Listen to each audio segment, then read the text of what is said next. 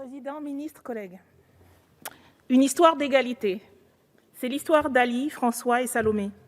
Deux hommes à l'état civil, l'un cisgenre et l'autre transgenre, conçoivent un enfant, dite la petite personne, qui sera porté par Ali. Ali a été assigné femme à la naissance. Il est parvenu à échapper à la stérilisation forcée et à accoucher de la petite Salomé. En février dernier, il se confiait au micro de France Culture. C'était important pour moi, quand bien même ça ne marcherait pas, que mes proches continuent de respecter mon identité de genre, qu'ils ne me disent pas finalement que la nature a repris ses droits. Et c'est encore quelque chose que j'appréhende aujourd'hui dans les discussions autour de la parentalité de ma grossesse. Dans l'espace public, les gens se retournaient sur moi, surtout les femmes. Les femmes captaient que ce n'était pas une pancréatite, que je n'avais pas bu beaucoup de bière, que ce n'était pas ça. C'est l'une des expériences les plus folles de ma vie. J'adorais mon gros cul, mes grosses cuisses, mes grosses jambes. Tout était chouette, en fait. Céline, sage-femme, qui accompagne le couple tout au long de ce parcours, explique « C'est la personnalité de la personne présente qui est importante. C'est Ali. Et il n'est pas question de savoir si c'est un homme ou une femme, c'est une personne enceinte. » L'histoire est belle. En tout cas, moi, je la trouve belle. Et elle est surtout rare.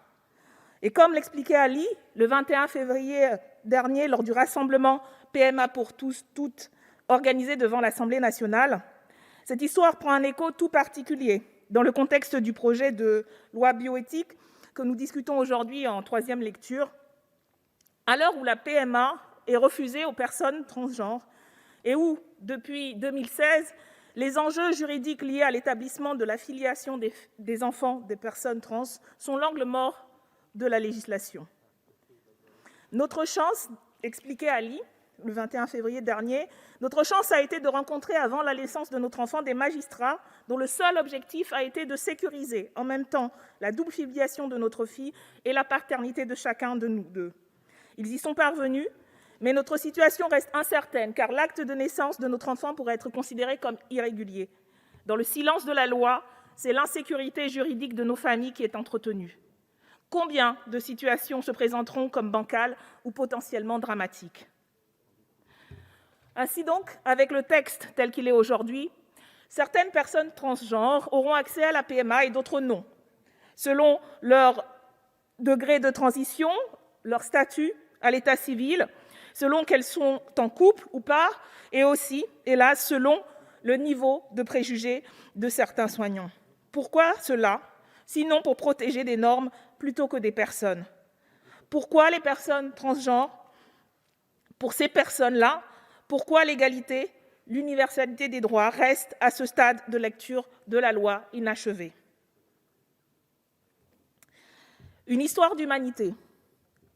C'est l'histoire de M, première personne intersexte à porter plainte en 2015 pour violence ayant entraîné une mutilation ou une infirmité permanente, violence sexuelle et détérioration définitive des organes génitaux.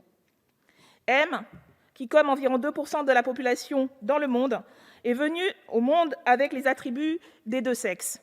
Ses organes génitaux étaient parfaitement sains. Mais les médecins ont convaincu ses parents de l'opérer. Par cet acte et les nombreuses autres opérations qui ont suivi, 5 interventions chirurgicales lourdes entre 1980 et 1993, ils ont infligé à M une série interminable de problèmes de santé, des traitements à suivre toute sa vie et l'impossibilité d'avoir des enfants. Dès les premiers jours de sa vie, on lui injecte quantité d'hormones. Ce sont d'incessantes piqûres et injections qui lui font prendre des kilos, lui donnent des boutons. Ses organes de reproduction sont opérés pour les faire ressembler à un sexe de fille. À l'âge d'1 an, une opération enlève une partie de ses organes sexuels.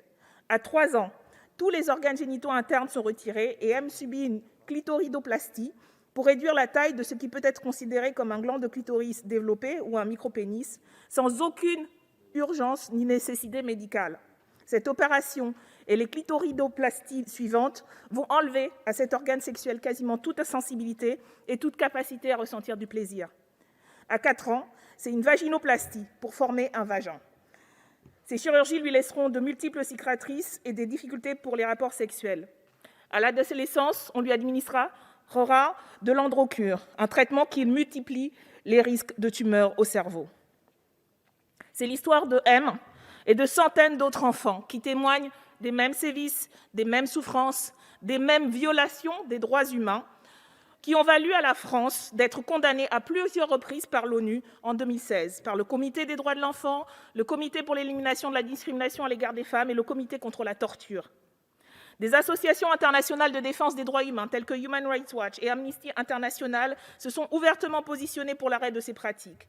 En France, la délégation interministérielle à la lutte contre le racisme, l'antisémitisme et la haine anti-LGBT appelle à l'arrêt de ces mutilations. En mai 2018, la Commission nationale consultative des droits humains et en juillet de cette même année, le Conseil d'État ont publié des avis dans le même sens.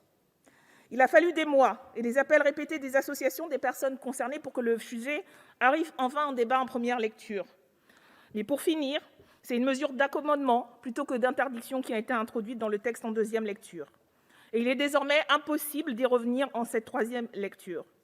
Alors même que s'il y a bien un sujet bioéthique dans ce texte, c'est celui-là. Bien plus d'ailleurs que l'ouverture à la PMA aux femmes seules ou femmes en couple, qui est une question d'égalité, mais qui là aussi reste inachevée.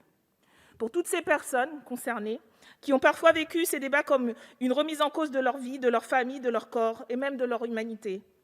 Pour toutes celles qui ont manifesté, pétitionné, protesté, expliqué, raconté jusqu'en dans les détails les plus intimes de leur vie, avec pudeur et détermination, pour l'égalité et l'universalité des droits, pour qu'enfin cessent ces discriminations. La bataille continue et nous continuerons à la mener à leur côté.